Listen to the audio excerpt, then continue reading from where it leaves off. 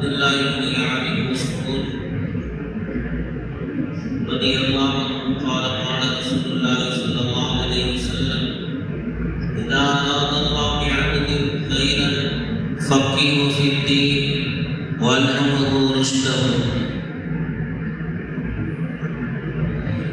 எவருக்கேனும் அல்லாஹ் தஆலா நன்மையை நாடினால் தீனுடைய விளக்கத்தையும் நல்ல எண்ணங்களையும் அவர் உள்ளத்தில் உதிக்க செய்கின்றார் என நபி ஸல்லல்லாஹு அலைஹி வஸல்லம் அவர்கள் கூறினார்கள். ஹஜ்ரத் அப்துல்லாஹ் இப்னு மஸ்ஊத் ரலியல்லாஹு அன்ஹு அவர்கள் அறிவித்துள்ளார்கள், ஒரு முறை மதீனாவின் கடை வீதியில் சென்று கொண்டிருந்த ஹஜ்ரத் அபூ ஹுரைரா ரலியல்லாஹு அன்ஹு அவர்கள் அங்கு நின்று விட்டார்கள். கடை வீதியில் இருப்போரே, எது உங்களை ஏறாமலாக்கியது என கேட்டார்கள். அபூ ஹுரைரா அவர்களே, என்ன விஷயம் என்று மக்கள் கேட்க, நீங்கள் இங்கே உட்கார்ந்திருக்கின்றீர்கள், ரசூலுல்லாஹி ஸல்லல்லாஹு அலைஹி வஸல்லம் அவர்களின் சொத்துக்கள் பங்கிடப்படுகின்றன.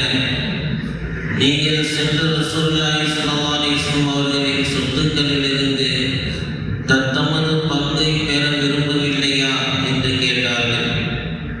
ரசூலுல்லாஹி ஸல்லல்லாஹு அலைஹி வஸல்லம் அவர்களின் அனந்தரங்க சொத்துக்கள் எங்கே பங்கிடப்படுகின்றன என மக்கள் கேட்க, பள்ளியில் பங்கிடப்படுகின்றன என்று பதிலளித்தார்கள். மக்கள் பள்ளிக்கு விரைந்து சென்றார்கள்.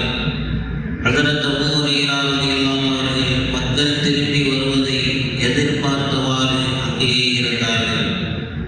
அதற்குள் மக்களும் திரும்பி வந்துவிட்டார்கள். ஹஜ்ரத் அபூ ஹுரைரா ரலியல்லாஹு அன்ஹு அவர்கள், ஏன் திரும்பி வந்து விட்டீர்கள் என மக்களிடம் கேட்டார்கள். நாங்கள் பள்ளிக்கு சென்று பார்த்தோம், அங்கு எந்த பொருளும் பங்கிடப்படவில்லை என்று சொன்னார்கள். நீங்கள் பள்ளியில் எவரையும் பார்க்கவில்லையா என்று ஹஜ்ரத் அபூ ஹுரைரா ரலியல்லாஹு அன்ஹு அவர்கள் கேட்க, சிலர் தொழுது கொண்டும் சிலர் குர்ஆன் ஓதிக்கொண்டும் சிலர் ஹலால் ஹராமை பற்றி விவாதித்துக் கொண்டும் இருக்க கண்டோம் என்றார்கள். உங்கள் மீது பரிதாபப்படுகின்றேன்.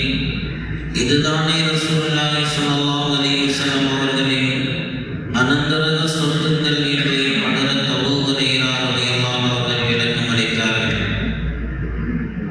ஹஜ்ரத் அபூ வாக்கித் லைஸி ரலியல்லாஹு அன்ஹு அவர்கள் அறிவிக்கின்றார்கள், நபி ஸல்லல்லாஹு அலைஹி வஸல்லம் அவர்கள் பள்ளியில் இருந்த பொழுது மக்களும் அன்னாருடன் இருந்தனர். அச்சமயம் 3 நபர்கள் வந்தார்கள். அவர்களில் இருவர் ரசூலுல்லாஹி ஸல்லல்லாஹு அலைஹி வஸல்லம் அவர்களின் பக்கம் வந்து அன்னலாருக்கு சமீபமாக நின்றனர். 3ஆமவர் சென்று விட்டார். சபையில் காலியாக இருந்த இடத்தில் அவ்விருவரில் ஒருவர் அமர்ந்து கொண்டார். மற்றவர் மக்களுக்கு பின்னால் அமர்ந்து கொண்டார். 3ஆம் மனிதர் முன் சொன்னது போன்று புறமுதுகிட்டு சென்று விட்டார்.